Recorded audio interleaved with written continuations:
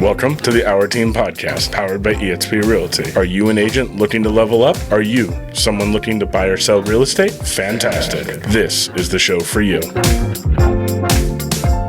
Well, it's nice to be back in studio with you, Brian. It's been a minute. We've seen podcasters and we've seen other people being interviewed as well. Yeah, we've done a lot with this podcast. I'm really excited about it. Thank you for having me back on my own podcast. This is quite a I was having this quite discussion with somebody. I was like, we didn't name it the Brian Hour Podcast. We named it the Our Team Podcast. That's right. And we're now actually really forcing that moniker to come into play.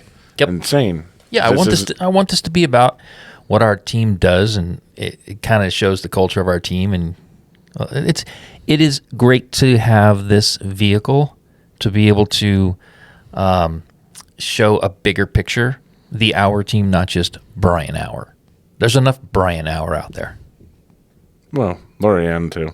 Yeah, but I mean, I've got my YouTube stuff going on and all the crazy stuff I'm always posting and all that stuff. Enough of that. I don't want to be the face of the Our Team.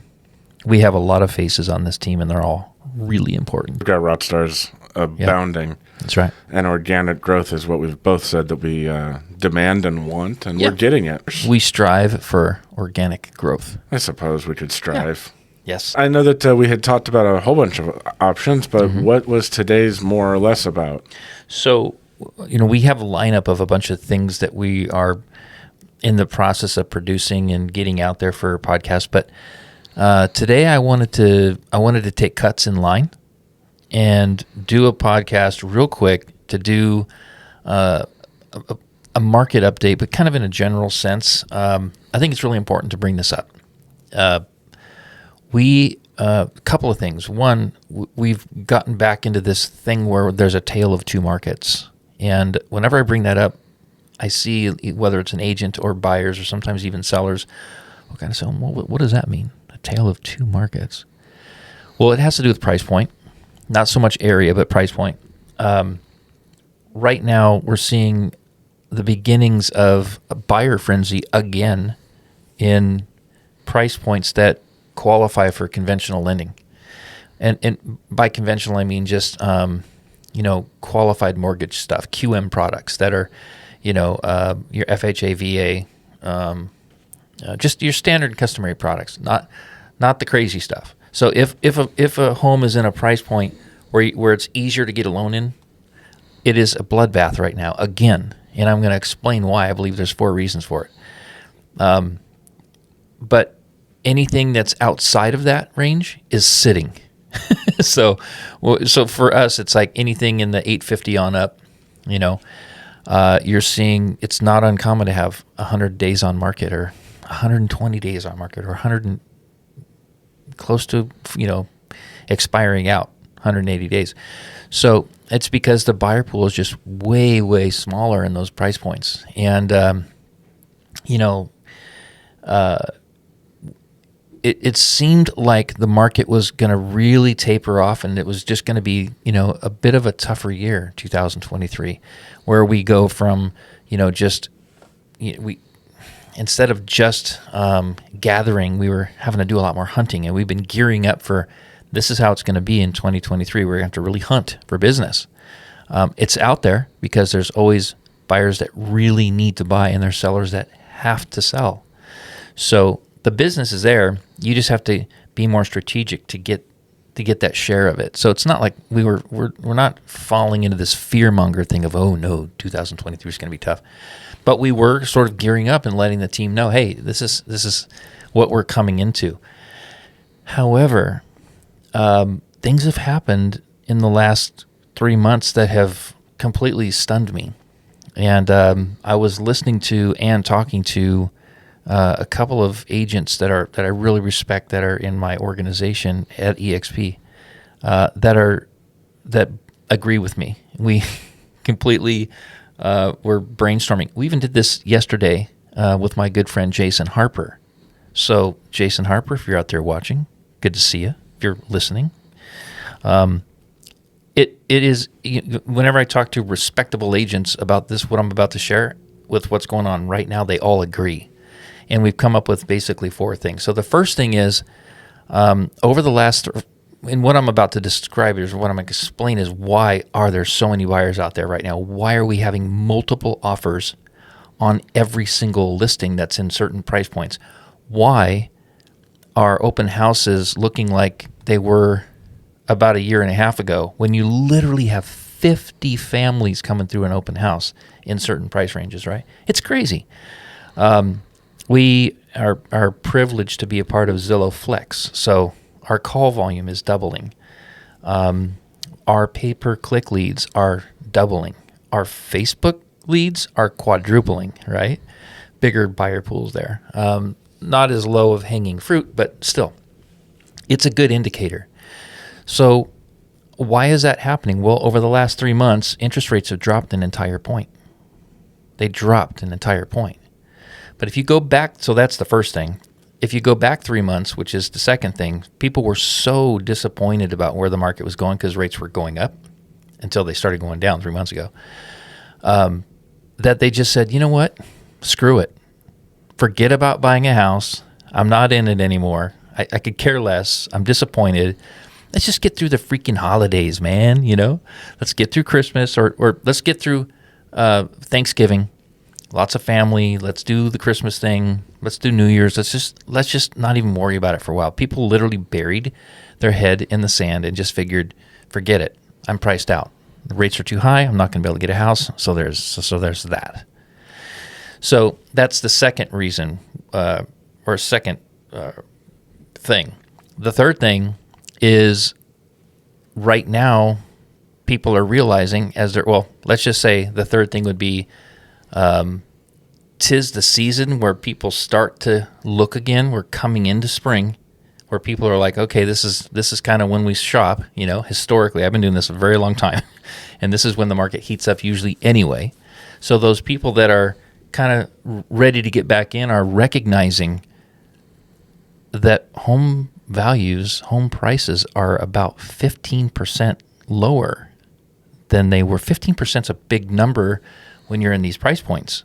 So the same houses I was saying, forget it, I don't even want to look at anymore, just get through the holidays, they're $75,000, $100,000 cheaper now. So interest rates are a point lower, values are down, people are ready to start buying again. And the fourth thing is that rental rates keep going up. So if you're a renter especially, it's crazy. You have super high rents. You have, and that was one of Jason Harper's points. I had forgotten about that one, That's a very important one. You have super high rents, lower pricing in homes, interest rates are dropping, and people are ready to start shopping again because it is the season where people start to shop. So those four reasons have just turned the market into fire. It's crazy. You've seen it too, right? I have. The point that I was just going to bring up is agents and their listing habits. Those that missed the opportunity started shooting real low, which is not helping the feeding frenzy. I'm seeing in the lower price points where I have some buyers, and they're in the 500s. Yeah. Well, the homes are getting listed at 450, creating a huge buyer pool of people that want it. And so now it's being driven back up, similar to what we were having before, where you're getting 50, 60,000 over, all on a bidding war. It is so weird to me that I have to redo our driveway presentation again already. I mean, I usually do that every 6 months or so. If you haven't seen the podcast or listened to it, we have a really cool driveway presentation that's very effective when you're working with new buyers. If you're a buyer and you're working with an agent that doesn't have a driveway presentation or a way to explain this process in a very quick and orderly way, then reach out to us. We'll do it for you. But I'm going to have to change it again because we have had to take out things from there where, we're explaining to a new buyer that the market is, pretty radical right now and things are, homes are moving very quickly. And so you have to be ready and we need to do this, and this. I had to pull a lot of that stuff out because it wasn't relevant. Homes were sitting. But that's 3 months ago. Right now, in the average price point here in the Temecula Valley, it's not like that at all. I can't believe I'm about to say this, but we have a huge shortage of inventory. I mean, you would never have thought that when you're looking at homes sitting on the market for 100 days. But right now, remember, it's a tale of two markets. So I'm not talking about your multi-million-dollar homes. I'm not talking about, in our area, the luxury market kind of starts at like 1.3 actually now. Years ago, it was 1.1. So I dated myself a little bit there. It's about 1.3 is kind of like where the luxury market starts here. Because I know where those neighborhoods are and what those homes are, what they offer and things like that. And so in those markets, it's pretty stagnant. They're still sitting, but in the markets where it is easier to get financing, standard and customary style financing without having to do anything creative, it is incredible. We don't have enough inventory in that price range. I would agree 1,000%. I would almost say that it could be, you could say, a tale of three markets, because once you really get under that 650, that kind of brings in your entry level or first time home buyers, which brings up that pool of people who are trying to downsize as well. So you've got downsizing and people who want to come into the market. So it's really causing a feeding frenzy here and there. Yeah. But it's pockets, right? Well, I think you can, if you drill down on it deep enough or detailed enough, you could make a tale of 20 markets, right? But to keep it broad, so it's just easier to wrap your head around, it's like in these price points down here, it's crazy town. Above that, it's a little slower. So why are we even sharing all this stuff? I want this to be the kind of podcast where people can listen to it and say, all right, there's some actionable content there. So if you are a real estate agent and you're kind of confused about what's happening in the market, well, this hopefully will explain why things have lit up again. And there's probably more than just those four reasons. But what you do with it is very, very important. You have to educate your buyers. There's buyers out there right now that are ready to buy, and they're completely confused. What do you mean there's multiple offers? I thought the market crashed. What do you mean I gotta have all this stuff ready for you so that we can move in an instant? That's not what the market is. They're at open houses looking around going, why are all these people here? Like, what's going on? So if you are a real estate professional, we're already doing this on our team because we're constantly coaching up and teaching and all that. But so our team's already doing this. But maybe you're a solo agent out there and you're wondering what the heck's going on. You first and foremost, you need to take this information and make sure that you are explaining to your buyer what's really going on so that they can be prepared, almost like it was, a couple of summers ago when it was really nuts. When we were getting, what were we getting? I think Stephanie Elkin at the time, now Cranford, I think on one of her Lake Elsinore listings, I think she got 50 offers. Yeah. 45 or 50. I don't want to exaggerate. But that is the kind, I don't know, we're not there, but we're definitely in multiple offer territory. So now if you're an agent, you need to not only let them know that there's going to be multiple offers, but you have to make sure that you are using some of those techniques that will help your offer stand out. So whether that's, maybe offering, maybe doing an escalation clause, or getting back to offering to pay some of the closing costs of the seller. If you know there's going to be multiple offers and you want your offer to stand out, might not be a bad idea to offer to pay some of the seller's closing costs, So you might want to focus on the fact that good terms are just as important as being the highest price. So it's just getting back a little bit back to those things. So understanding what's happening in the market, having good buyer control. We talked about that. Buyer control sounds disrespectful, like I'm control of my buyers. It's not that. It's more informed buyer. Exactly. Having good buyer control is actually loving on that client. Taking control of the situation from the time you answer the phone, where you're controlling the conversation because you're scripted up and you know how to handle those incoming calls. And that's like Steph Winter was saying, that's not just so that you can be dominating. It's so that you can not waste time with that buyer. Take control of the call from the very beginning. So buyer control is having control from the very beginning understanding exactly what their wants and needs are because you know what questions to ask, understanding how to cut through all of the peripheral garbage that's just going to slow you down in the process of looking for a home. Like Lorianne was saying the other day on a podcast, if a buyer sends you 50 homes and they say, I want to go look at these, that is proof that buyer doesn't know what they want. So it's up to you as a good agent to sort of cut through that with them. It's you helping them by, helping them identify what their real needs are so you can stay focused on that, whether it's, being in the right tax area or HOA or no HOA, what the real, payment's going to be based on a lot of different factors, understanding that, taking control of the sales environment. So you need to do that right now, especially because things are just moving a lot quicker in those lower price points or those more reachable price points. So if you are a buyer and you're hearing this, then hopefully you learned something because you're going to need to put on your big boy panties and be okay with how nuts it is. And I would say this, don't miss it again. You missed it last time because you got fed up with all the craziness. Don't miss it again. It's going to get crazy again, but prices are lower. And rates are something that you just have temporarily, right? It's an overplayed statement, but you do marry the house and you're dating the rate that you get for your mortgage. So, you're not locked into that. If the rates change and they get more favorable, then geez, you can change that. So don't miss out on better values right now just because the rates are a little higher.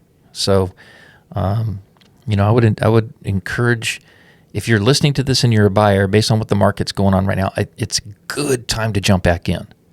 So talk to your lender, talk to your real estate professional, and just say, hey, I just heard through the grapevine that it might be a good time to jump back in.